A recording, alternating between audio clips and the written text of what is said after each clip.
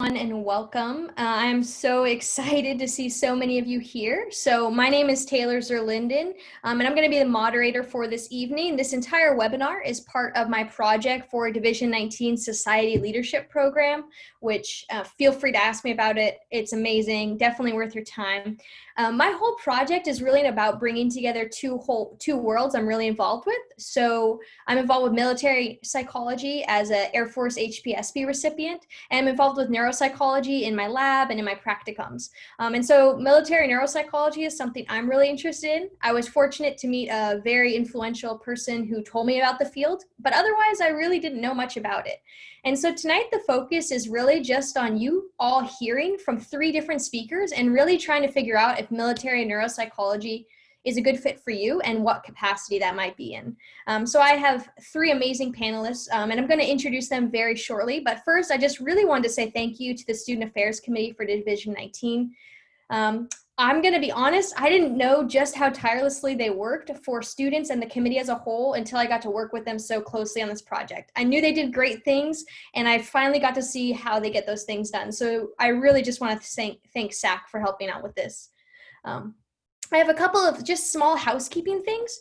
So we are so thankful that so many of you submitted questions. We have a lot of questions, and the speakers are really going to try to address a lot of them. So with that in mind, I would ask that if you do have any new questions that come up, if you could just save it until the end when we're going to have a little bit extra time for Q&A. I would appreciate that, just because I know a lot of the speakers are going to try and address the questions. So rather than repeat them and have the chat fill up with questions I already answered, if you could just hold them until the end.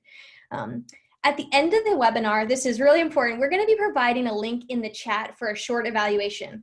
When I say short evaluation, I mean it will honestly take you about a minute. If you could fill that out, that would just help me a ton with my SLP project. I'm working with Commander Chi. She's been a great mentor, and we just want to be able to see if this webinar accomplishes what we set out for it to accomplish, and it'll just kind of help the division plan future events. I know there's quite a few more webinars in the works, so we just want to make sure they're the most beneficial for everyone. Finally, if you have any other questions, you can reach out to me at any time. My email is pretty easy. It's my first name dot my last name at Gmail. Feel free to reach out to SAC and they can get you in touch with me as well. Now, I am very pleased to welcome our very talented panel. I want to just point out that all of these people have incredible accomplishments. I won't lie, I had to cut down some of their bios and some of their list of accomplishments because I was really worried that if I read everything off, they might not actually have any time to speak. So I hope you know we have a highly qualified group of individuals.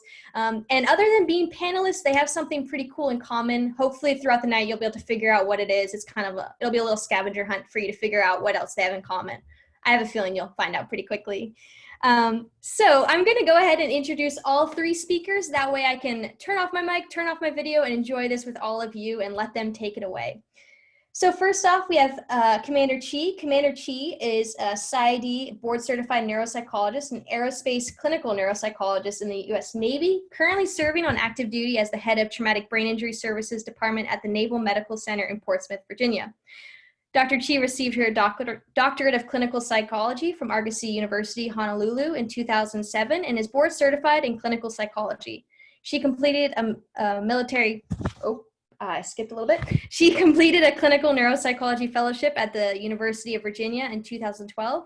During her 19 years of military service, Dr. Chi has deployed to Iraq, Cuba, Afghanistan, and served aboard the hospital ship US and Comfort. She is currently the senior editor for the American Psychological Association Division 19 Psychology newsletter, The Military Psychologist. So you all might recognize her from the letter from the editor at the beginning of each issue.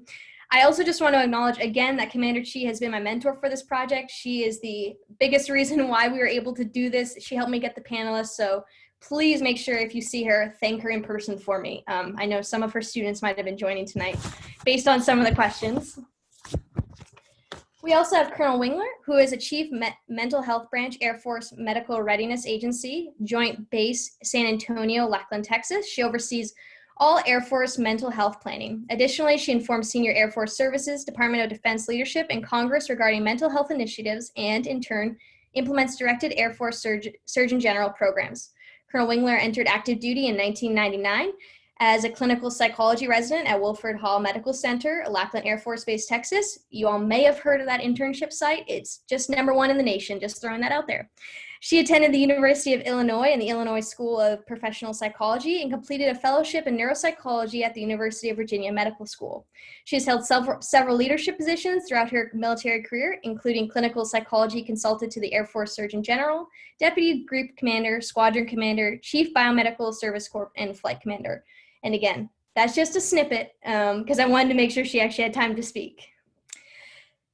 Finally, we have Dr. Albano, who attended the University of Oklahoma for undergrad, earning dual degrees in health and sports sciences and microbiology. He applied and was accepted into optometry school at Northeastern State University.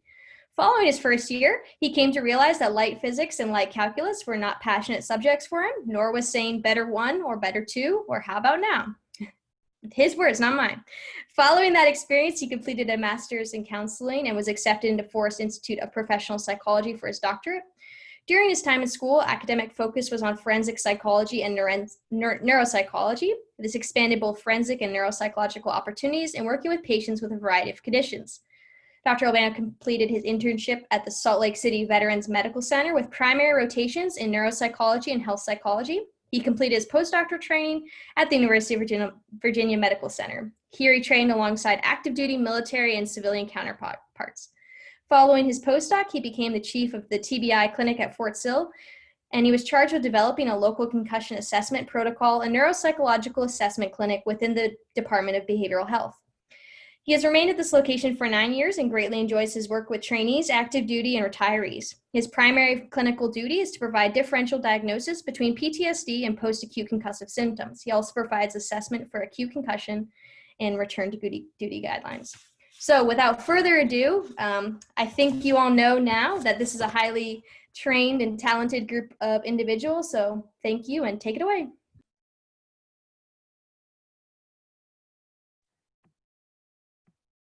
Hello, everyone. I'm Commander Shauna Chi. I'm delighted to be here.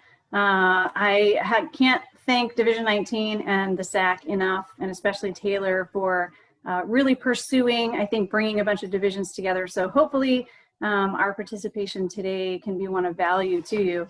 I'm going to share my screen now. Forgive me if I mess this up, but we'll start with a discussion about military neuropsychology in the Navy. All right, I'm active duty in the Navy. I've been in 19 years, and I tell you from the beginning, I didn't think I would be a neuropsychologist, and I'll take you through kind of my journey. And so if you're a student out there sitting there not knowing what you're going to do in life, it's okay. It's actually sort of where you should be, because you're probably not going to end up where you think you'll be anyway. And again, like we said at the beginning, the views expressed here, and I can speak for myself and Colonel Wingler, are our own views and don't reflect an official position of the Department of Defense, Department of the Navy, or the U.S. government. So first, some of the questions that we got in advance, there are a few of you who really just wanted a little overview of what neuropsychology is, and essentially it's the study of brain behavior relationships, and it's a subsection of psychology itself with additional training.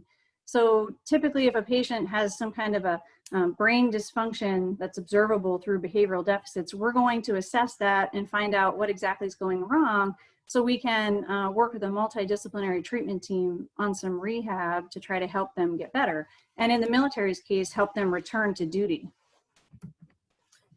So a neuropsychologist is a doctoral level licensed independent provider, typically with a background or a PhD or a PsyD in clinical psychology, who typically works in a medical clinic or a hospital environment. They do one-on-one assessments, kind of in very intimate environment for a long period of time, getting to know everyone one-on-one. The military actually can take this medical clinic or hospital environment far forward. We've been deployed operationally around the world, and we're bringing different assessment measures like what you see here is the ANAM, out into Afghanistan. So we can do fast assessments far forward instead of the long assessments that we would do back home. And most recently, we've been able actually to integrate telehealth technologies, where not only are we doing interviews by video telechat, but we can actually do some of the assessments virtually as well if there's a trained person on the other end. And in the Navy, we've used this a lot if someone's far forward deployed, like on a ship, or where it's not convenient to kind of bring them back to assess their cognitive status, we'll use video telehealth. But first, how is it that I got here? There was a lot of questions about what was my decision to pursue military neuropsychology, right? It was a really long road, 19 years. I had been in forensics. I was doing death investigation at a county coroner's office. And from my experiences there, I really wanted to pursue like crisis management to figure out how to help people who had come across this traumatic event in their life. So the doctoral program I was entering was very expensive, and I heard literally an advertisement on the radio about the Army National Guard and how they would help us with tuition. So I enlisted in the Army with a master's degree because my recruiter told me I would get more money, which was false, but that's okay, I understand. So I got a direct commission, became an Army officer, and I was finishing up my graduate program and about to start internship when we deployed to Iraq for 18 months. And it was that experience, really being deployed in combat as a ground pounder, that made me want to pursue more military-related psychology versus the forensic field. So I did through the APIC match internship, National Naval Medical Center in Bethesda, Maryland. I was stationed first at Portsmouth. I deployed to Cuba, did some time on a ship, and then I got to do assessments with the newly formed TBI clinic at that time, learning how to do more assessments. I had had no real experience in it before. And just through that, I got actually selected for the fellowship in neuropsychology through the program that the Navy has called Duty Under Instruction. It's where you get to essentially still get paid your active duty pay, but you put on your civilian clothes and you go to the university of your choice to do a 2-year fellowship. And then when you are graduated from that, they station you somewhere for a follow-on tour where you just put the uniform back on. And so for me, that was Naval Hospital in Camp Pendleton, California. And then I was deployed to Afghanistan, where I got to do, was one of my favorite deployments because I was not only a clinical psychologist working in the Combat Stress Control Clinic, but I was actually the neuropsychologist at the Combat Restoration, Concussion Restoration Care Center. And then I had a couple other tours after that where the Navy called me and said, hey, you know, you're almost done with your time. Do you want to learn how to fly an airplane and a helicopter? We're going to send you to flight school to become an aerospace neuropsychologist. And who would say no to that, right? So I spent some time at NAMI, did some fun and sexy things, which we'll talk about in a second. And then now I'm currently back at Portsmouth again, running the Traumatic Brain Injury Clinic. So some of the questions about opportunities in the Navy: where can you be stationed? Where do you train? And what kind of background do you have to have? So typically every neuropsychologist would start out with a clinical psychology degree, right? And then you have that 2-year specialized fellowship training. We do have some people, I think, who were in a counseling program. We do have health psychologists who come aboard. And the Navy has about 200 different positions, or 200 different clinical psychologists who can work all around the world, really. We've got people in Japan, Guam, Hawaii, all around the United States, primarily sort of by where water is because ships have to go there. And then we're also in Europe, in Sigonella, Italy, Rota, Spain. So we can kind of be everywhere. But for neuropsychology specifically, we only have 10 currently fully trained neuropsychologists on the books. And there's only 6 jobs that are specific for neuropsychologists right now. One of which is at the Naval Medical Center in Portsmouth, which has a very robust general psychology fellowship, which I'll put out there, that if you don't want to do neuropsych, but you're a postdoc and you want to get into military, we do have general neuropsychology fellowships there. And then through the APIC match, you can get with Walter Reed National Military Medical Center in Bethesda, or in the Naval Medical Center in San Diego. And as a neuropsychologist, we do have billets aboard the Intrepid Spirit Centers.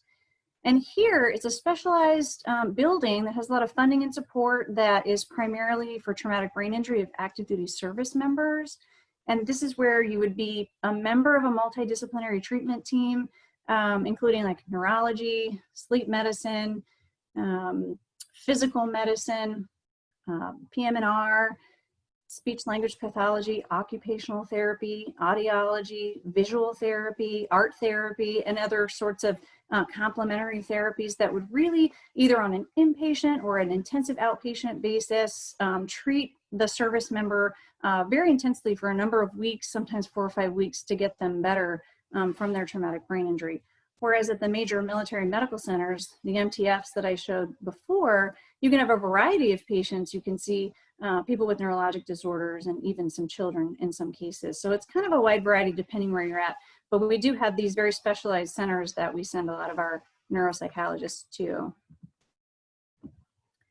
So in the Navy, as a clinical psychologist, we are in the air, we're on the land, and we're at sea.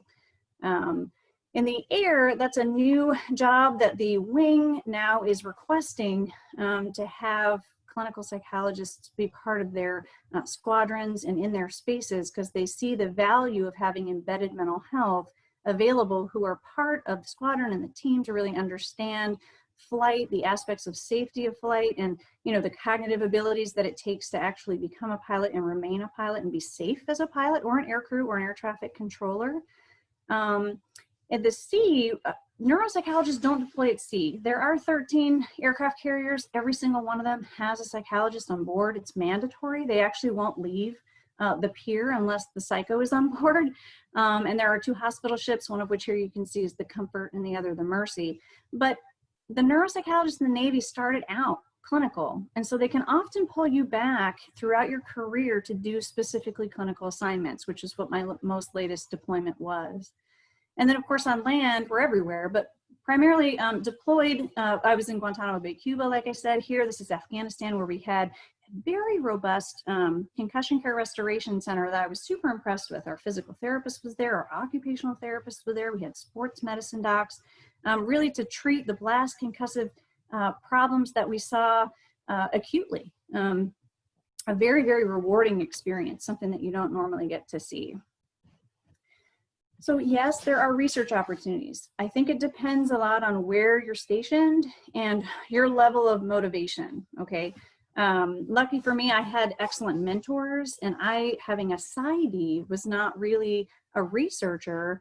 I'm more clinical based, but because I had great, mentors and opportunities, I was invited to be part of a study using the data we collected when we were in Afghanistan about concussive blast injury and return to duty.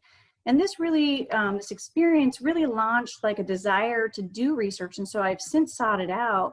When I was at NAMI, we wanted to reduce stigma and like really educate the fleet about it's okay if you have a mental health problem. If you go get it treated, you're very, very likely to return to flight and return to duty. And so go ahead and get the treatment. Don't, try and downplay any symptoms that you have. Of course, being a part of Division 19, I had an opportunity to write a book chapter. I'd never done that before, but given the expertise that I had in this particular field, I jumped at the opportunity and happened to get that done. And then, you've probably seen the Military Psychologist newsletter, which is just so remarkable because I get to see everything everybody's doing right up front. As the senior editor there, I'm super grateful for that opportunity, but it's along the research lines too. And sometimes we get to do super sexy stuff. Neuropsychologists can be asked to consult. Here, what you're looking at is what's called the CogScreen Aeromedical Edition. It's a computerized assessment of cognitive functioning that's normed and developed primarily for aviators. They use it in the FAA. And so what we're doing in this particular study is trying to figure out why pilots are having problems in the air with things like hypoxia or rapid pressure fluctuations, where they have a physiologic event. Something goes wrong in the aircraft that results in a physiologic episode. And so we're trying to determine at what point, which altitude, perhaps these things are happening, and how to help the pilot recognize that they're having a physiologic episode and that they need to, execute the emergency procedures to kind of save themselves and all the crew on board. And so it's a really exciting opportunity to apply, clinical neuropsychology and what we know about research and to the aviation realm. But first I want to poke a little bit of fun at the Navy. I was in the Army before, and in the Army, everything's very straightforward. It's 2 uniforms. There's a uniform that you run around in the dirt and a uniform where you look fancy. And there's 2 types of the uniforms where you can take your jacket off and it's a different one, put the jacket back on. But in the Navy, we love uniforms. So here we have our fancy, when we want to like dress up and look great and take pictures uniform, especially when it's winter. And then we have the more casual, you know, everyday kind of work outfit that has a different jacket, different shoes, a different hat. And then we have the casual pajamas where the flight suit, you can relax, you know, do what you gotta do, a little zipper, but then we can get fancy again, but only in summertime. So if it's hot out or a certain time of year, you can wear the whites. Then when we're deployed, of course, then we have something that used to be blue and the color of the water, and then the Navy got smart and decided maybe we shouldn't be camouflaged with the water. So we have the new uniform that's green in case we get lost in the jungle somewhere. And then sometimes we just don't even know what to wear, and so we just wear whatever. And you notice everybody here has different boots on. So uniform is really not the word anymore, but I just had to poke fun. All right, so the good, the bad, and the ugly. There were questions about, you know, really what are the pros, what are the cons, right? And so this is not only my own personal opinion, but taken from different surveys that we've done amongst clinical psychologists, active duty and retired, and those who got out prior to retirement. Excellent pay and benefits. It's very clear how much you get paid. It's according to a scale of how many years you've been active duty and what your rank is. Okay, and everybody gets paid the same. It doesn't matter what your job is, it matters your rank. And the benefits, of course, are outstanding. All the healthcare, the retirement opportunities, the TSP, different financial benefits. And I'll note, if you have a chance to go to the Division 19 website at militarysych.org, and then you look through the newsletter, that's where you can find all the archived, the military psychologist newsletters back until 2012. There's actually an article by our specialty leader, Captain Carrie Kennedy, that goes over the benefits of pay between civilian psychology careers and the military. I believe it's the winter issue of 2019. You should check that out. Of course, the training opportunities I just talked about. I never thought I would be a neuropsychologist. And really, if you look back at my bio, it's all about I stayed in and then they would offer me another opportunity. So I would take it. And then they'd say, hey, do you want to do this now? And I'd take it, right? So the training opportunities and the career advancement are pros. You get to have an incredible amount of responsibility and really leverage in what you want to do. Do you want to do research? Do you not? Do you want to, you know, command a group of people, or do you not? There's a lot of flexibility. Of course, the travel, not only from all the deployments, but where you can be stationed. And I can tell you that I've made lifelong friendships. People that I met at the very beginning of my military career, I know better and have kept in touch with longer than those I knew in college or even in high school. And you can leave at the end of any contract. So once you sign up and you get some kind of a bonus or a pay, or say you accept the Dewins Fellowship, you go to 2 years, you have to pay back 3 years active duty. At the end of that time, if it no longer fits for your lifestyle, you're welcome to resign and go on, which I think is great. The cons, of course, are the frequent moves. I personally, myself, have made a major, we call them PCS moves, which I think Colonel Wingler's actually in the middle of right now. I've personally moved for the military 7 times in 14 years of active duty, which is a lot. And many of those have crisscrossed the United States. So you think about, you know, picking up your spouse or your family members, your kids, and dragging them to some new location can be detriment to some people. The duty that we stand is very arduous at times. Many places I've been have been classified as hazardous duty, right? I have been deployed to combat zones where I had to really sign a will and be willing to understand that my life could be in danger or I could be killed. It's not a safe environment. We do have measures in place, but you need to understand, as a psychologist or neuropsychologist in the Navy, you may be asked to do things that would be dangerous. And then as a neuropsychologist, there was a question about, do I only have to get stuck doing neuropsychology or not? No, you don't. The bad news is, like me, if you really, really, really like neuropsychology, you may only get 1 payback tour and then you go back to doing clinical. I've managed to finagle my way through 3 back-to-back tours as a neuropsychologist, which is beneficial to me. So that could be a con for some of you. And finally, there's less freedom. Even just today, we received a fragmentary order, meaning we were given information earlier and now it's changed in terms of us not being able to, because of COVID-19, really go anywhere or do anything, the freedoms that many of the cities and states are opening up to. we were, given very specific instructions, and we had to sign pieces of paper where we understood if we did that, we could be punished through the legal system. So you will probably have less freedoms. And so if you're okay with that, it's good. And again, the pro of career advancement can also be a con. As you get higher up in rank and you're in charge of more things, you move away from clinical opportunities.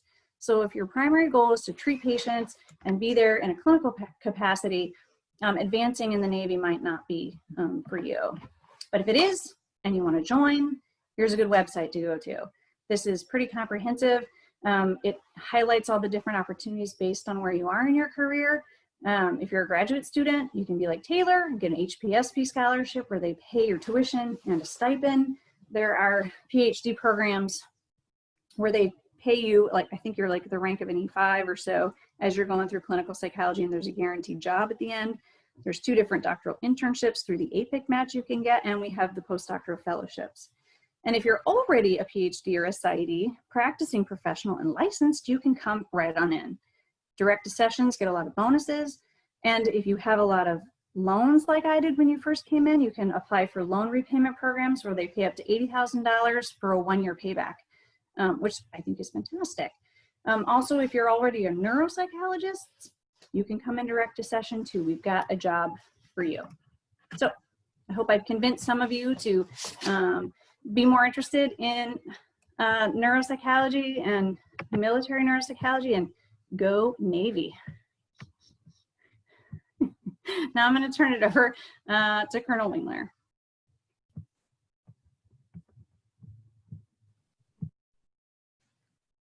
Okay.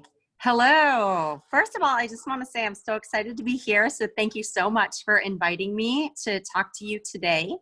And Commander Chi is in charge of my slides.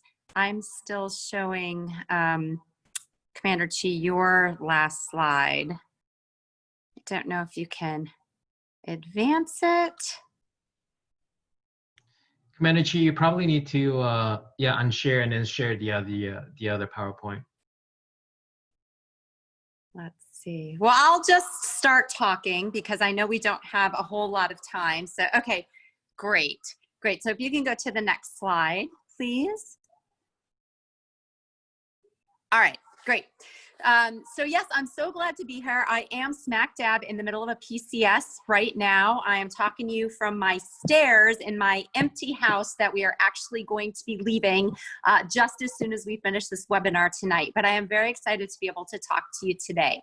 So I know we are maybe a little short on time right now, so I'm going to try and go quickly so that Dr. Albano doesn't get shortchanged on his time. But I'm happy for anyone to contact me after this and chat with people at any time to answer any questions.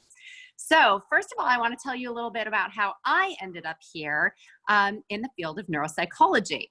I call myself the accidental neuropsychologist. So I was going to undergrad and I wanted to be a clinical psychologist. And while I was there, I needed one more 300 level psychology class in order to graduate. Well, I had transferred and I was one of literally the last people to register. And so when I went to register, the only class left was memory and amnesia.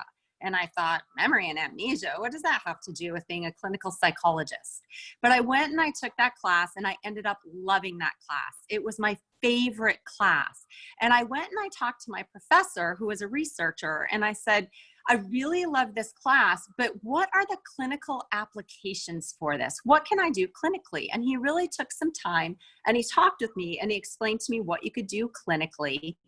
And from that point on, my love of neuropsychology was born. And so then when I went on to graduate school, I got my PsyD in clinical psychology, but I did all my electives in neuropsychology and I did all my practica in neuropsychology as well. And so then we come to the end of graduate school and it's time to start applying for internships. And I really thought I was going to go to the University of Miami, as there was a researcher there who I had based some of my dissertation information on. I had gone and interviewed, we hit it off, it was great. I was sure I was set to go to the University of Miami, become a neuropsychologist, and live happily ever after. But that was the year that the movie Saving Private Ryan came out. So I'm really dating myself. This was a long time ago. And I went and saw that movie literally the day before my match list was due. And when I saw that movie, I was overcome with such incredible feelings of patriotism. I mean, I had understood and I knew history, but I had grown up in the 70s and the 80s, and we really didn't know any significant amount of strife. We had Desert Storm when I was in college, but that was more like a media event than an actual war. And so while I understood logically that people had died for my way of life, it really didn't hit home until I watched that movie. And sitting there, I realized suddenly that I wanted to give back. I wanted to be some part of something bigger than myself. And so at that point, I had looked at the Air Force, but solely because of, as Dr. Chi just said, there was a great payback for school loans and there was great pay. And so I thought, I'll apply to this as a backup. If I don't get my first choice, at least I'll get paid. But seeing that movie completely changed the way I thought, and in the end, completely changed my life. So that brings me to my current position.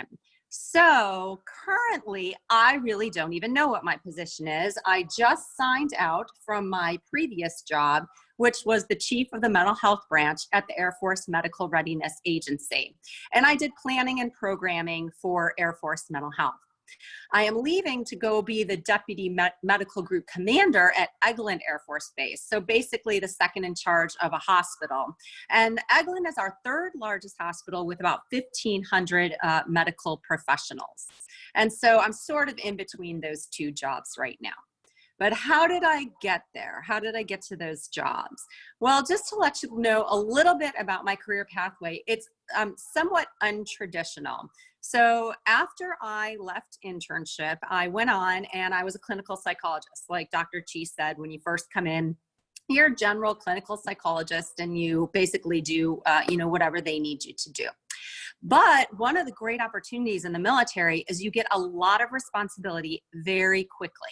And so I was a clinical psychologist, but also the ADAPT program manager. ADAPT is our substance abuse program. So right off the bat, I was in charge of other people and running an actual program, which is pretty unique to the military.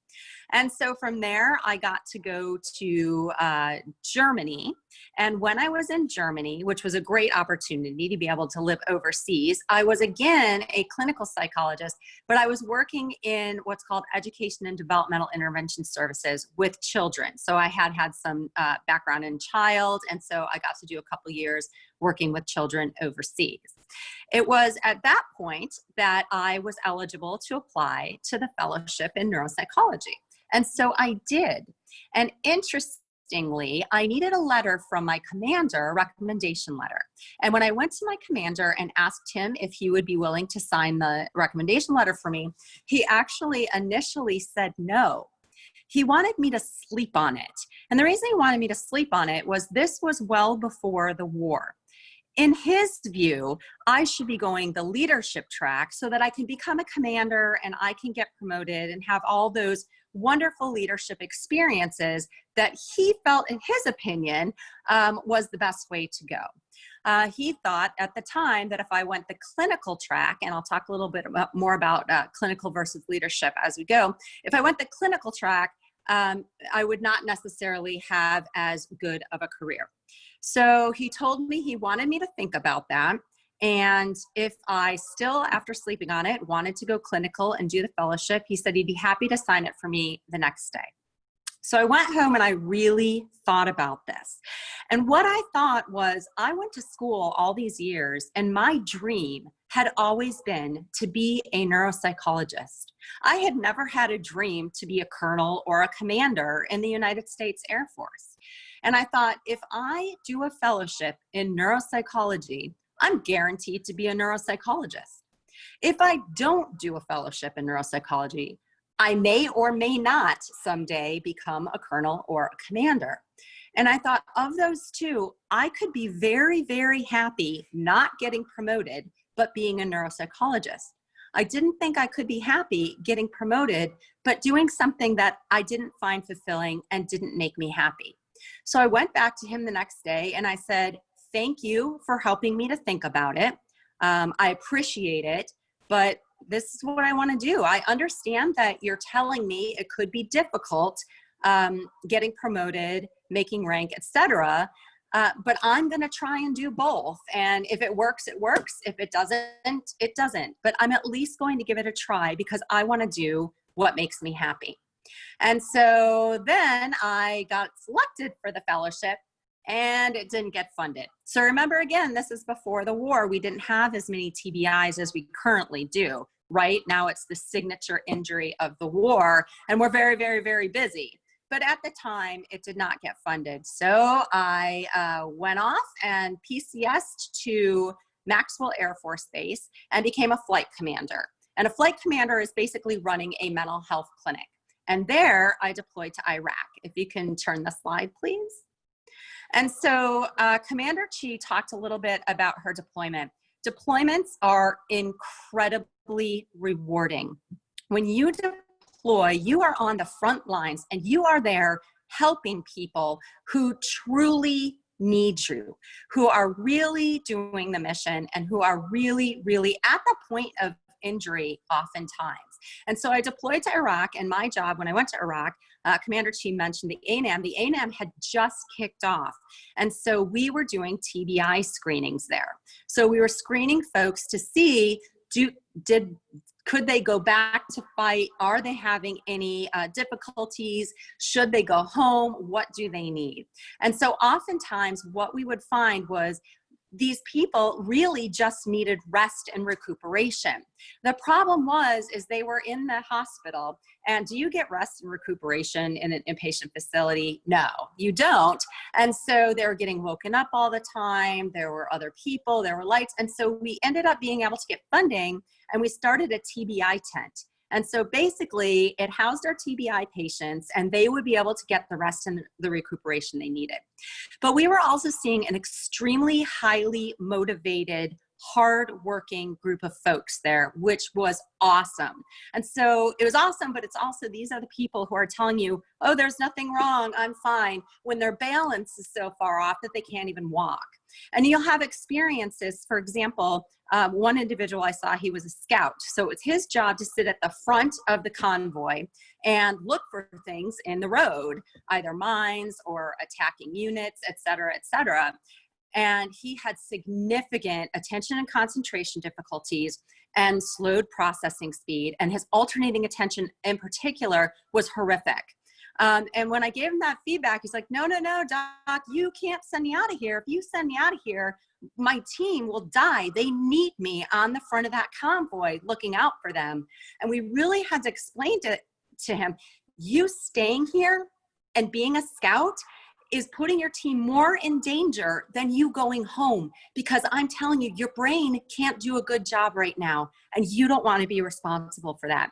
He was eventually able to see it, but excuse me, those are the types of things that we saw on that deployment.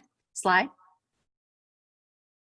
And then, okay, so then I applied again for the neuropsychology fellowship. So even though I had been picked up before, it was a whole new year. I had to completely reapply. And fortunately, thank God, I did get picked up again, and it did get funded. So Commander Chi already talked to you a little bit about that, the fellowship. At the time, we were able to do civilian fellowships. Currently in the Air Force, we do them in the military. But at the time, we were able to do civilian fellowships. And I went to the University of Virginia and did my fellowship there and basically got paid for 2 years as a major in the Air Force. And my job was to go to school. So the training opportunities are just incredible. And then when I got to the end of that fellowship, I got a call from the Air Force psychology consultant, and he said, hey, we need a neuropsychologist in Alaska. And I said, hey, good luck finding one. Well, he called me about a week later and he said, guess what? We found one. And so we went off to Alaska. Now, I initially went there to be the there's a TBI clinic there. So I went there to be the TBI program chief and the neuropsychologist. However, when I got there, the current flight commander was removed and they offered me the position. And this was a clinic of almost 100 people and 3 different clinics within that clinic. So family advocacy, which is like your Department of Children and Family Services, mental health, and substance abuse programs. So at that point, I did take that job. However, I was still the only neuropsychologist. I was allowed to refer patients out to the local community, but if you've ever been to Alaska, there is not a robust neuropsychology practice in Alaska. And folks would have to wait oftentimes at a minimum 6 months in order to be seen. So even though I could refer them off, I ended up seeing a lot of cases there myself. People have asked about the workload, and the workload is intense, and that job was very, very tough. And so at that time, I then also deployed for the second time, and this time I deployed to Afghanistan. And so you can see right there in that picture, that's from my deployment to Afghanistan. And we had more of a operational role there. So we did see traditional mental health patients, but we did a lot more unit circulation, resiliency building, embedding with the different units. And we had this super cool therapy dog that we were able to take out with us. And he was actually promoted to major himself and had a ceremony and everything. Was very cool. And so we were able to take him out with us and really connect with people. And again, this is where you really find that passion, that ability to take care of people. And just a quick story I want to tell you about from that deployment that will always stick out in my mind is I had a young man, he was a cop, and he had carried his buddy out of a minefield after his buddy's leg was blown off. Well, he had an acute stress reaction that was severe, and he could no longer go to the DFAC because that's where you would eat. He couldn't see fried chicken. Fried chicken would cause him to become physically ill because it would remind him of his buddy. So he at least recognized that he couldn't avoid fried chicken forever. He was from the South, and so he needed some help. So he did come in. We were able to work together. And the day he left the AOR, or the combat zone, the day he left, he came into my office. He thanked me. He gave me his unit coin, which is a way of showing appreciation in the military. And, I was a little bit embarrassed. And I said, oh, you don't have to thank me. This is my job. And he looked me right in the eye and he said, ma'am, I did my job and they gave me a medal. And that will always, always stick with me. So experiences like that are really, really amazing. So slide.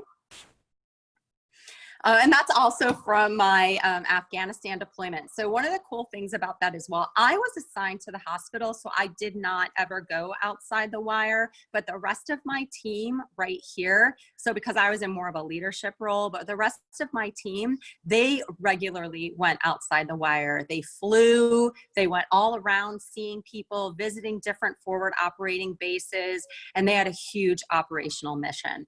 Slide. All right, so then come back from that deployment, have a conversation with the psychology consultant. And he says, hey, next thing on your career path or goal or whatever is squadron command. What do you think? Well, so this is the second point where I'm going to talk about that clinical versus leadership track again. And so at that point, I thought about it and I weighed those things, but I have always enjoyed leadership. I have always I guess maybe been a little bit bossy.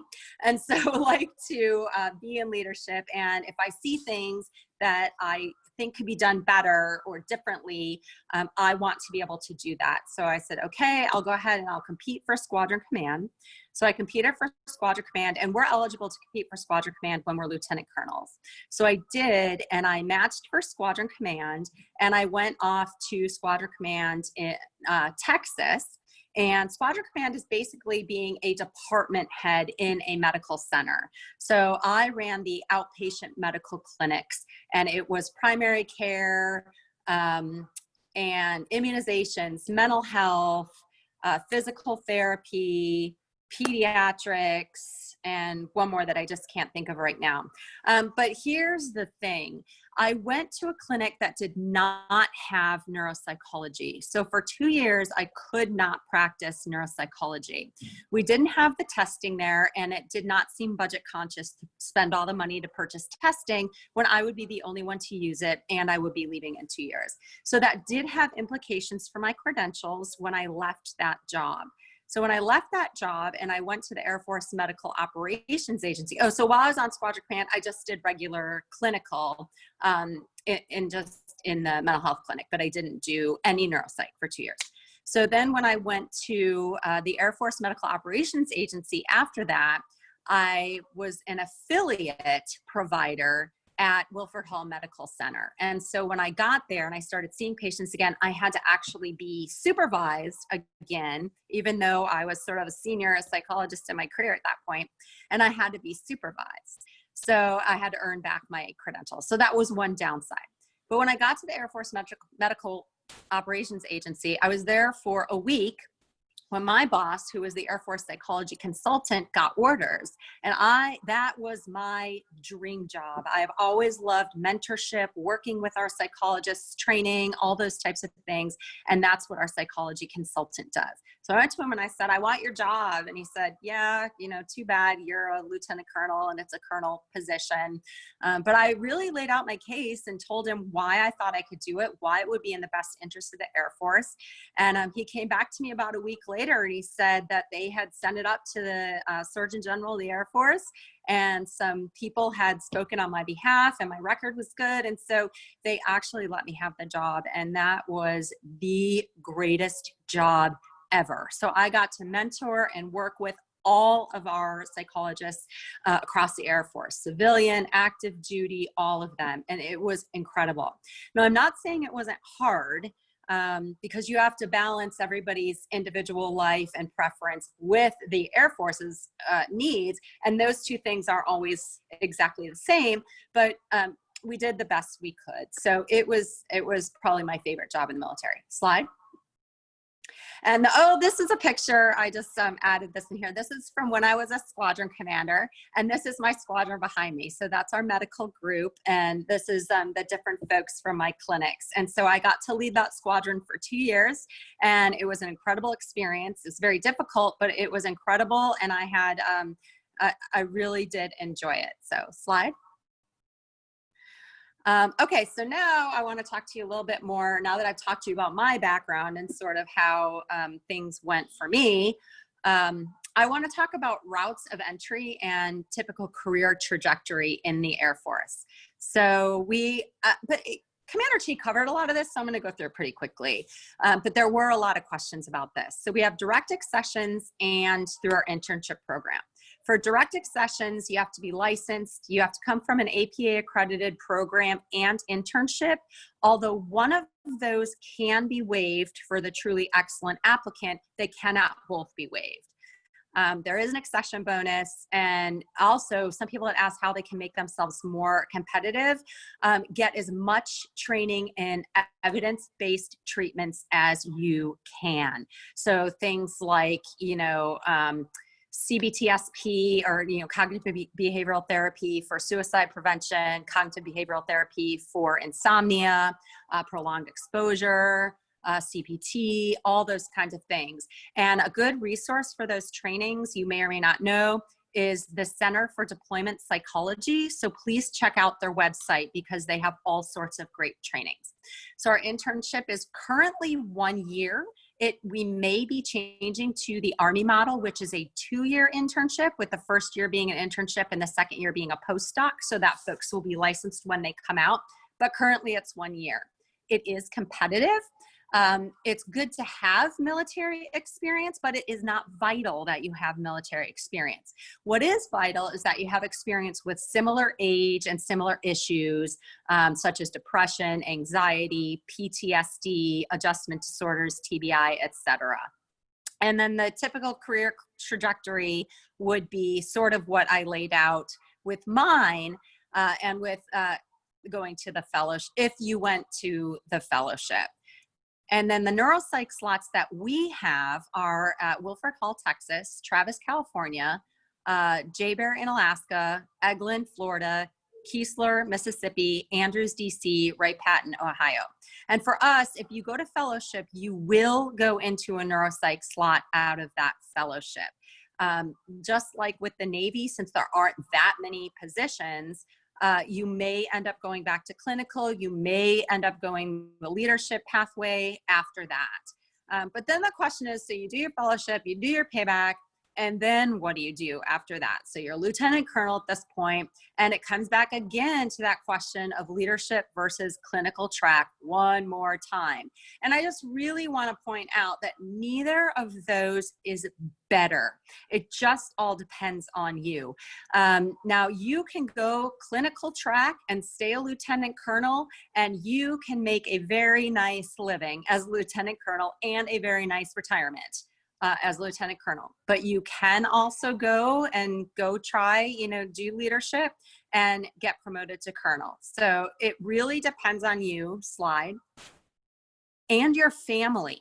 And you really need to keep that in mind, because this has been a great career. I love it, but it's worked for my family. So this is when I came home from Afghanistan, and these are my two little ones in the airport greeting me when I got there. And you just really have to weigh what is best for you, your family, your life situation, with which tracks you want to do. Slide.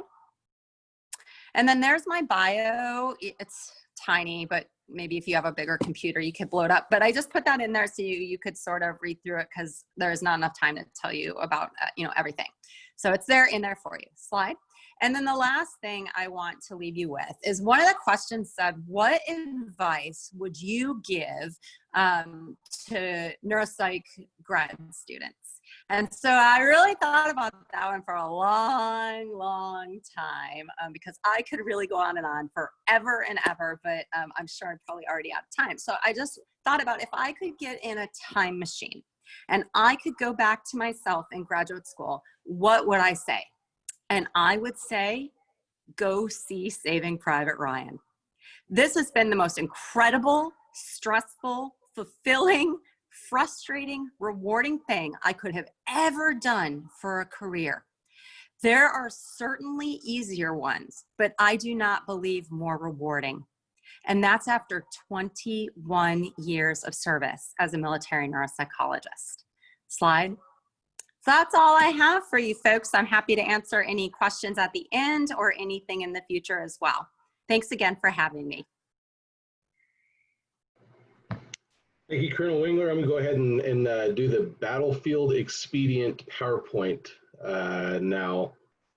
So, Commander Chief, thank you very much for putting that up. My name is Dr. Albano, neuropsychologist. I think you all probably connected the dots on how the three presenters know each other. And I'll just kind of touch on what has already been said. The critical thing from my point of view is, be a good psychologist, be good at what you do, and then go for the specialized training, because it's only going to make you better. One of the principles that I think we learned going through school was you have to have your foundation solidified, but before you're able to move on. Neuropsych gives you a chance to look at more possibilities, more diagnostic categories. It basically brings more things that you can come to bear in a clinical setting, but be good at the core. I think that'll show through in your work. I think that comes through as a clinician, as a person. The other one is the simplest choice is usually the best. And sometimes that is not only true in clinical settings, but also in life. Don't complicate it. The more problems you bring to bear, sometimes you have to strip that down and do what's best. And sometimes it's a matter of going for it. Let's go ahead and go to the next slide. I'm gonna burn through this. So, clinical or civilian. Real quick, Dr. Albano, you can take as much time. We purposefully didn't put an end time on the flyer, so please, sir, take your time.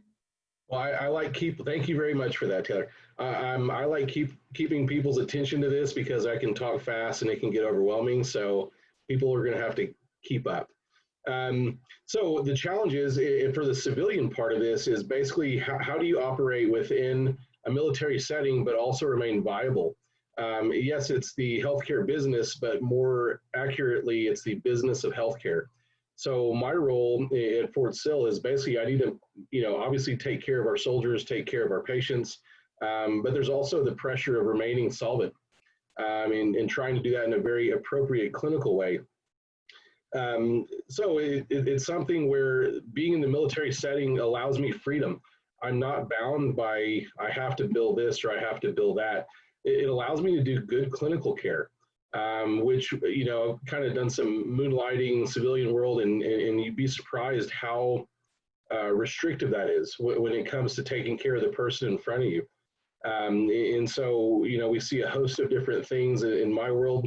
One of the slides, I've got a Purple Heart Iwo Jima guy, and same day I see an 18-year-old that got hit a little too hard in combatives training. That's a pretty fair amount of breadth and depth of patient care. But within the military setting, I'm allowed to do the right thing.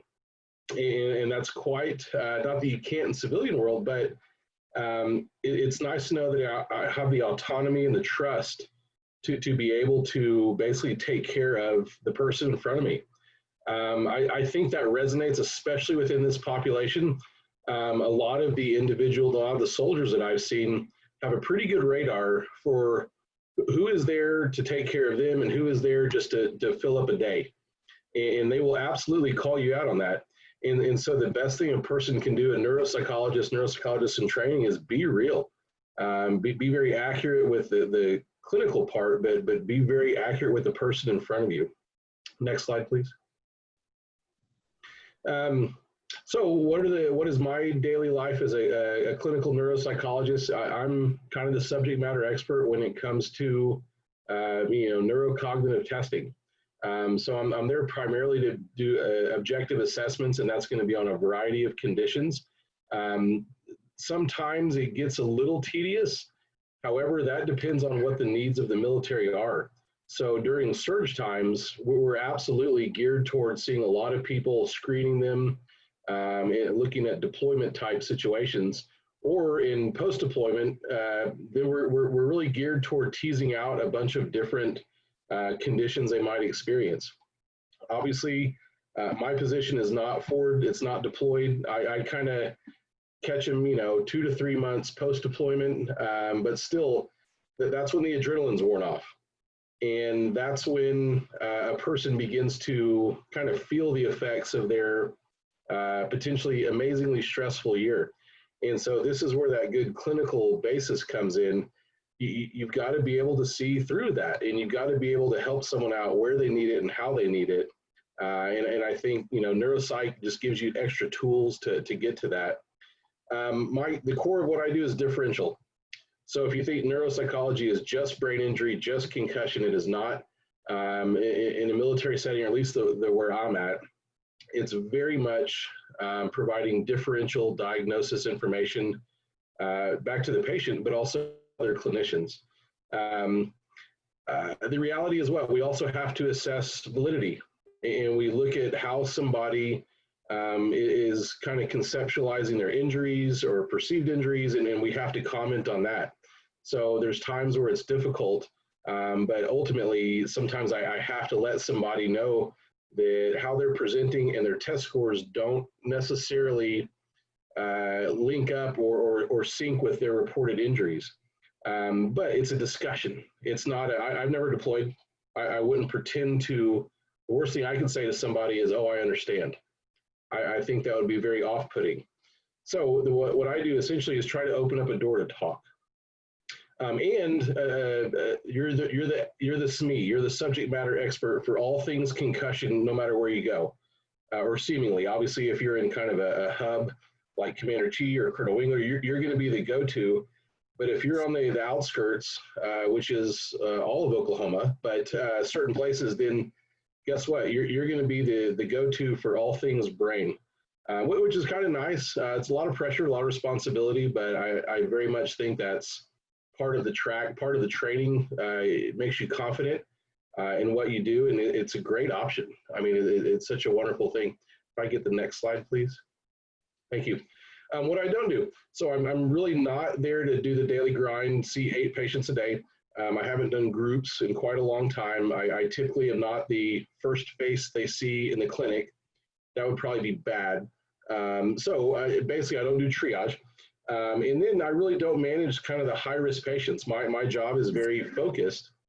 It's very much to provide assessment and education for the patient and then help out the treatment team. I do that through what's called therapeutic interview. I can still feel very much involved with my patients by managing the expectations. And I think that's part of what my job is to help somebody manage their trajectory, their recovery. And again, that's that solid foundation in just the core principles of psychology. We all had different paths. I'll tell you mine real quick, very briefly. I took a total of 2 undergraduate psychology courses. I took Intro to Psych at OU, was like 700 people. And then I took Physiological Psychology, which was like 300 people. And yeah, so don't have a whole lot of psych in the background, but through a pretty windy road that popped up, and it became the thing that I felt the most comfortable with. I think you'll know it when it happens, when you gravitate toward that, whether it's a reaction to a movie, a situation, an interest. I think a person knows that, and then let that be your passion and go for it. Absolutely go for it. The other thing I do is again, the educational piece, the bottom of the slide there. Majority of individuals I see have basically sleep deprivation for a decade or so. And anybody with 3 hours of sleep is going to have cognitive problems.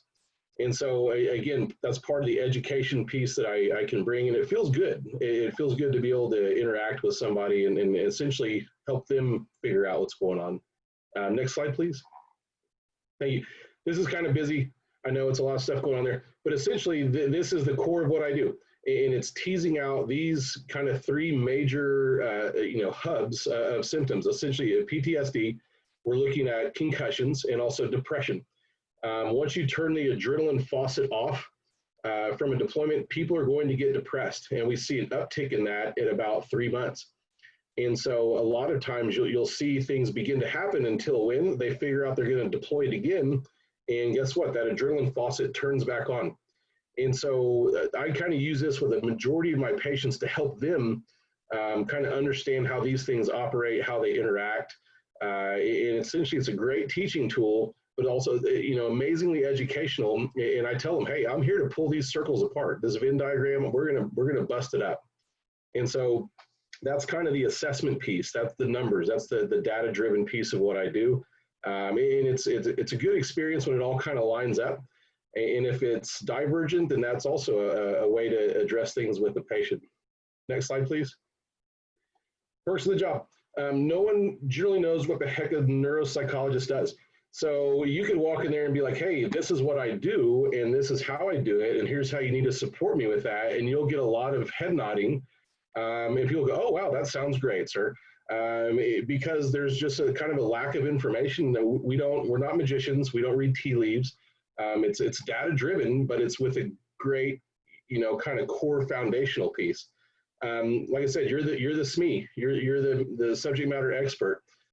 You'll have an opportunity to implement what you know is right in the best way you can locally. That really is an amazing thing. And then you'll have a chance to educate people. Within about a month, me being hired, it was like, hey, will you do a TBI brief? I was like, absolutely. They parked me in the theater, basically the auditorium for Fort Sill, which was 500 plus. They failed to tell me the location, but I said, okay, I'll go there. Anyway, they brought in like every medical person, every medic, every brigade commander, installation commander. It was quite an experience for my first time to do a TBI brief. It was like, welcome to the Army, and here's your microphone. Whoa, okay. But you're going to be pushed forward. You're going to have to, kind of learn on the fly, but that's such an exciting thing. And if you're hungry for knowledge and passionate about what you do, you're going to take that on. And it provides such a, it's symbiotic. I mean, it feels so good to get in there and really help somebody figure out what's going on, or to explain it to a group. And there's a lot of buy-in. You're supported by the community. I'm not active duty, obviously. Yeah, I have military in my family, but the community is the strength. And it's that teamwork, it's that togetherness of getting through things. And you're not going to find that. I've been in civilian hospitals, I've been in other places. You don't get that. You really don't get that kind of camaraderie at a lot of other places. Next slide, please. Not that you can pick and choose, that's job dependent. However, I'll see the 18-year-old that's scared because this is the first time in their life they've been yelled at during basic, all the way to the, kind of battle-hardened war. I haven't seen too many World War II guys in a while, but the absolute kind of leathery, tough person. And what a wonderful opportunity. I mean, you're not pigeonholed to doing one thing, or at least, again, in my position. So it's been amazing with the variety of people that I've had a chance to interact with. Did an internship at the VA. And basically, the DoD is more streamlined. You're going to have very clear job descriptions. At the VA, you're kind of a catch-all. But again, that was a great experience too. Obviously, a lot of people that are retiring right now. I'm seeing them at year 19 and a half, and they're finally coming in. And they were blown up in 03, in 05, in 07, in 2009, in a motor vehicle accident in 2011. And I'm like, you're coming in now? Yeah. And I'm supposed to come in. Okay. Anyway, it's a great opportunity again to educate that person. Next slide, please. One condition, two people. You have the opportunity to really not only change the person's life in front of you, but guess what? That person usually has a family. And the minute you've had that amazing clinical interaction, and I'll have a soldier that says, hey, can I bring in my significant other? They need to hear this. That feels so good. It's one of those things where you can see it leaking into how they think. And maybe one of these days, it's something that a person can pursue and basically do well with, have the family work out for them. Pay between VA and DoD. The pay scales are a little different. As a neuropsych, you're usually your GS 13 or 14.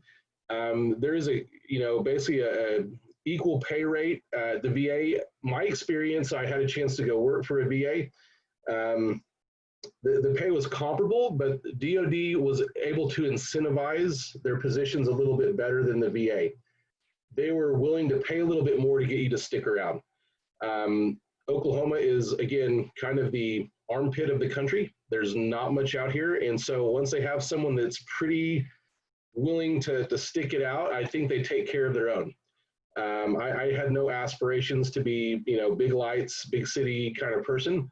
But I know, at least from the DoD side, they're very willing. If you're good at what you do and you're good to soldiers, they're going to keep you around. And I kind of tested the waters and shot the moon with what I wanted, and they were able to meet that, which was incredible. So next slide, please. No cool pictures. So I don't know, no aircraft, no boats. I was going to take a picture out of my office window today. Not terribly exciting. I could take a picture of my acreage behind my house and the hot tub and pool. Again, not terribly exciting. But no, I just want to, make sure I get across. There's definitely civilian opportunities as well. We very much partner with active duty. I think it's a great training experience that a lot of us had. And I wish there was an active duty component.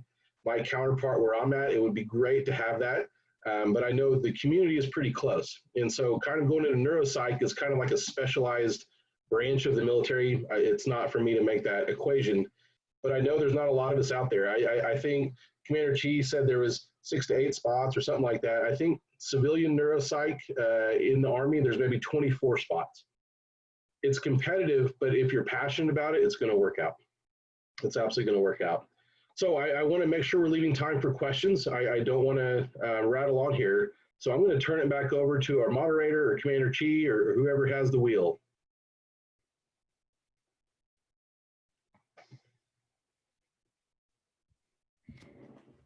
Hello, thank you all for that. And I did mention we purposefully didn't put an end time because we figured this would be a really great opportunity. But thank you for still choosing to do the Battlefield version. That was pretty good. And I am going to go ahead and drop the link for the assessment in the chat right now. That way, if you do have to go, you could at least fill it out. Seriously, guys, it'll take a minute. I promise. I checked. It'll take about a minute. So if you could just do that, it'll definitely help me out with my project. But I was trying to make a list and check off all of the questions that the speakers addressed that people had sent in. And for the most part, I really think you all hit them all. So, I mean, just bravo to them for really taking the time to make sure they answered your questions. I guess one question, you all kind of hinted at it, but I'd love to hear what are, if you had to narrow it down, what are two characteristics, in your opinions, that really make for a great military neuropsychologist, whether that's in the active duty or civilian sector?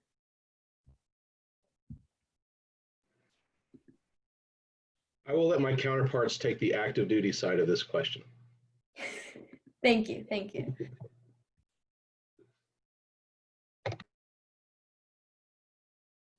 I was waiting to see if Commander.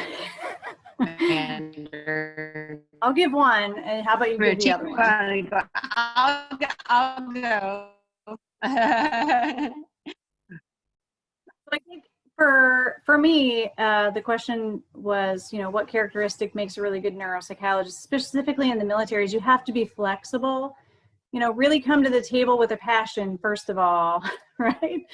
And, you have to know your craft. You have to really be skilled because you're going to be asked to apply this particular specialized knowledge in a variety of different situations. And so you need to be able to adapt. You cannot be stuck in one framework, one battery of tests, one way of thinking, and do well here. We really need to be able to take everything that you know and pick out the parts and pieces that are the most important and apply it to the particular person and the operational environment and the stressors and the time limits in front of you. So I would say definitely flexibility. Absolutely, I second that. From the civilian side, I found that it was very important that I was able to answer questions very accurately and with brevity. So when you get asked direct questions, you have to come up with direct answers, which comes with confidence in what you're doing. Not arrogance, I think that doesn't go over too well, but confident in what you're doing, how you're operating as a clinician. I think that's respected in these settings. And at the same time, you very much have to be a team player. What's best, sometimes, unfortunately, what's best for the individual, the patient, is not necessarily best for the mission. And so sometimes it's also making a tough call about when to pull somebody out of a fight. Much like Colonel Wingler was saying, it sometimes becomes our job to monitor the health of the agency along with the patient. The other thing, when it comes to leadership, it's two key parts, right? Trusted and feared. Those are the only two things you need in this world to be a leader. You're trusted and you're feared. You're not going to let me down because I got your back. And I think, that's a little bit dramatic from a neuropsych perspective, but I think there's a lot of that even within the clinic, even within very small departments. I think it's known that there's a camaraderie, again, and kind of a togetherness goes a long way. And I think that shows through. Sorry, getting a little long-winded. And I was going to say flexibility as well. I go flexibility and clinical competence. You are the expert. You need to know your stuff. And you also need to be flexible because you're going to be put into a lot of different situations. Thank you all for those answers. Those are some really great answers.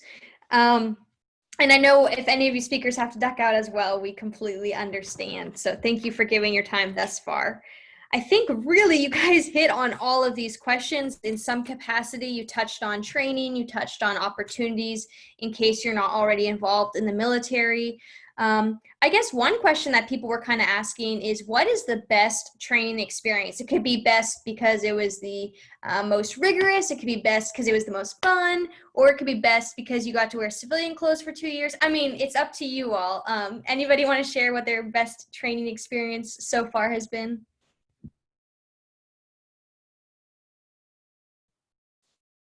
I have cool pictures to show.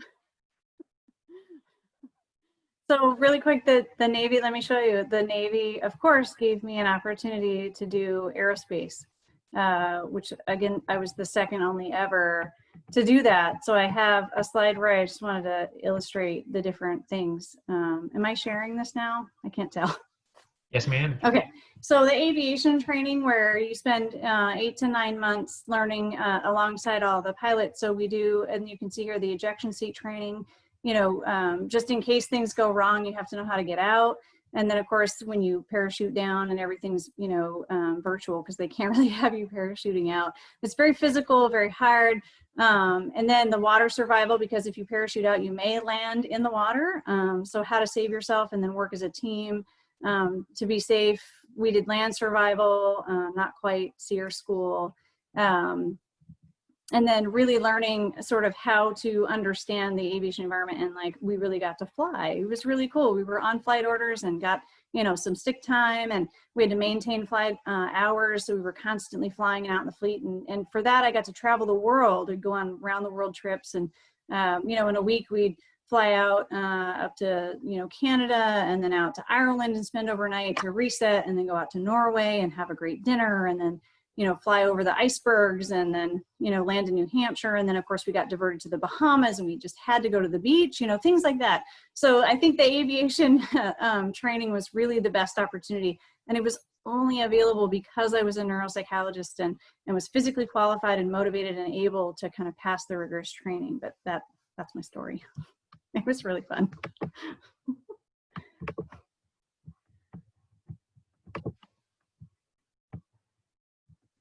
Mine was my fellowship, but only because I didn't get to do that. That's all. I saw a question about getting boarded. Definitely have to have a 2-year postdoc. My advice, I think I just timed out on my 7-year window when it came to applying for ABAP neuropsych. That was definitely the intention when I left the postdoc. Life begins to happen and it becomes challenging to kind of balance all these things. Start that process while you're in your postdoc for sure. Commander Chi is ABAP, you know, and it's one of those things where I remember while we were there together, that was a goal of hers, and she was able to accomplish that. Unfortunately, for those of us who are less motivated, start early and then be persistent. And I really think it pays off, but get a good postdoc.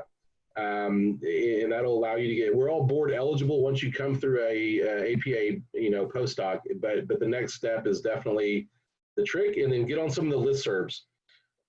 Brain is one out of University of Cleveland. There's a bunch of different spots actually that have listservs that are great information. Thank you.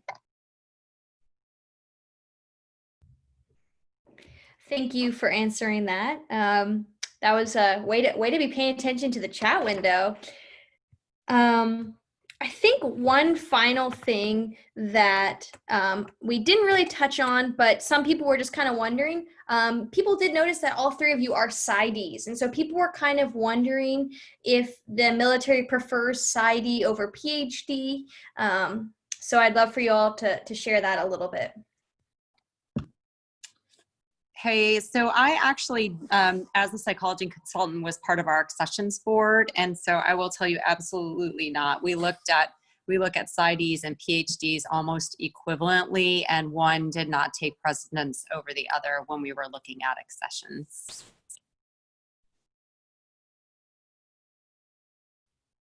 I'll say the Navy's the same. We have PhD and PsyD. Again, we have health psychologists, counseling psychologists who are there. So yeah, either one. As long as you're motivated and you've got skills, you're good. Thank you for addressing that. As someone in a PhD program, that is obviously something I had wondered. So previously, before I committed to it.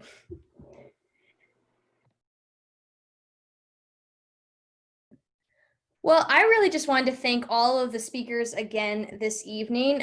Were there any final thoughts or anything else you all wanted to share? There was one other chat comment. Basically, does UVA have a significant relationship with armed forces? One of our mentors is a gentleman named Dr. Barth. He's kind of the grandfather of concussion. He did a lot of research to really kick off that entire part of psychology and neuropsychology. I'm not sure how directly involved he is currently, but basically he had wonderful relationships with professional as well as military. I think he was the first civilian consultant to DIVIC, to DOD. I mean, he kind of started a lot of this, the connection between civilian and military world when it came to concussions. Do your homework when it comes to where you plan on going next. You know, find out as much as you can about it. And like Colonel Wingler did, you find someone that is interested and you go for it. I mean, it's pretty simple.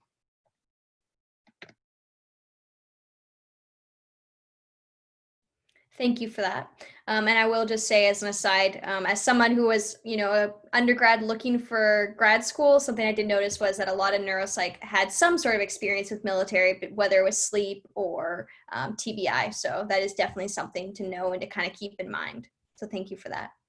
Any other thoughts? I can keep answering the panel questions here. Things I wish I knew before I got in. Again, my path was very different. I was a optometry / physician's assistant guy. The thing I wish I would have done homework on is looking at the overall cost. I mean, that's been brought up by each of us when it comes to this. I didn't get all my student loans paid for. However, if I'm able to do 10 years as a civilian and make payments, then essentially the military is willing to pay off the rest. You're saying, wow, you have more than 10 years of student loans. Wow, yes. I basically bought a house when I went to school. I didn't know it, but I bought a pretty nice house, actually. It was quite shocking. Now that I've bought my second house, it kind of all weighs out. So really, sit down and do a cost benefit. If you have family, if you have a significant other, that has to be considered because it's going to be a little bit of strain, and you kind of have to have a plan from the beginning, because it absolutely can be taxing trying to manage a lot of the financial part of it. That's what I wish I knew before I came in. Thank you.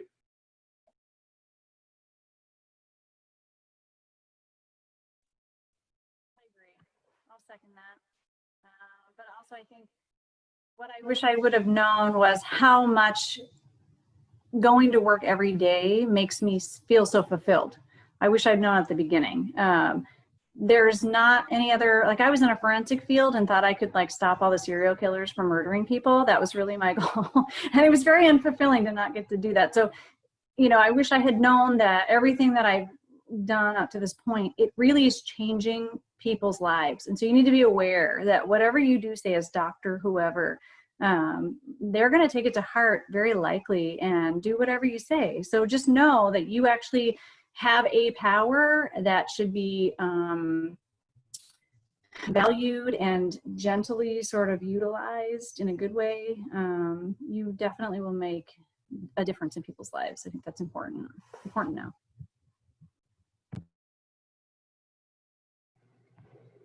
I can keep firing away the questions coming up, and I'll try to give very brief answers if that's all right. Opportunities to deploy as a civilian. My military counterparts can probably answer that more directly. I know I have a chance to go to not deployed settings, but places like Germany or Italy or places that are closer. I'm not sure of the availability of a civilian neuropsychologist in a true forward deployed setting. I think, again, Commander Chi or Colonel Wiener can probably speak to that more directly.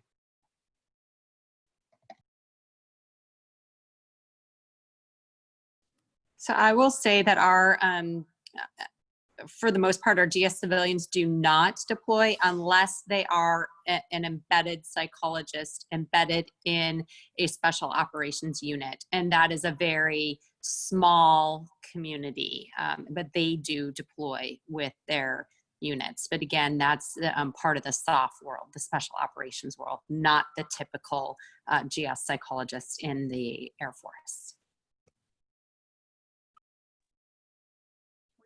Thing exactly with the civilians that are embedded.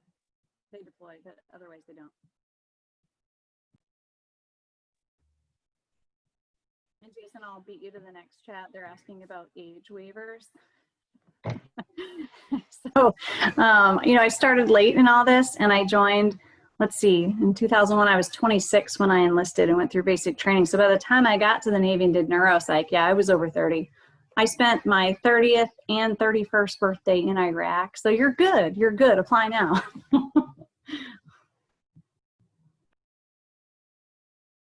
Well, everyone, I want to be very mindful of the panelists and all of your time. So I guess this is unfortunately where I have to wrap it up. I just really want to thank everyone for attending tonight. And I will say, not to guilt you, but your colleagues that have left already did fill out the evaluation. So I'm going to go ahead and post the evaluation in the chat once again. I really appreciate everyone for helping me out with that.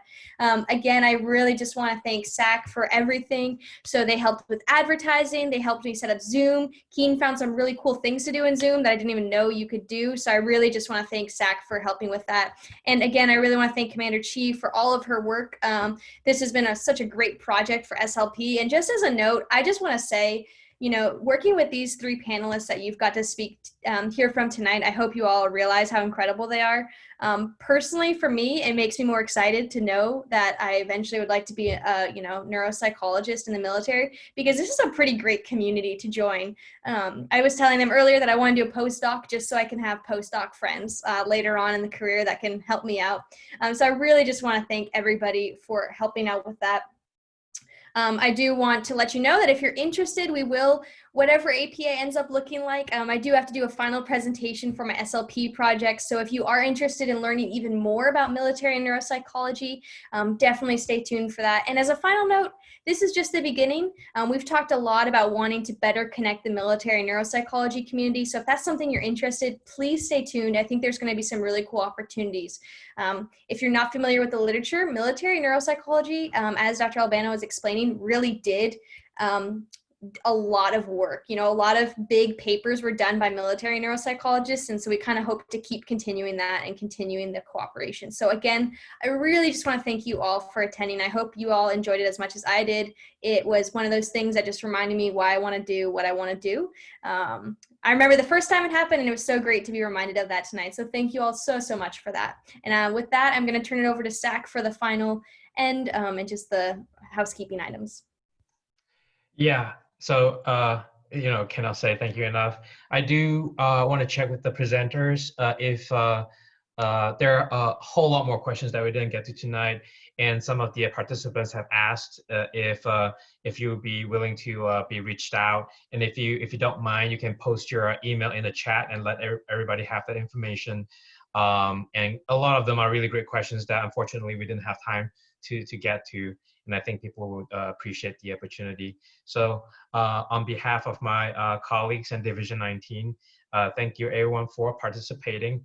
And be on the lookout. I think I posted information about staying connected on social media. We have a Facebook page. We have a Twitter page. Follow us. We always try to publicize our event through those channel. So thank you. Have a great night. Stay safe, and we'll see you guys again. Thank you.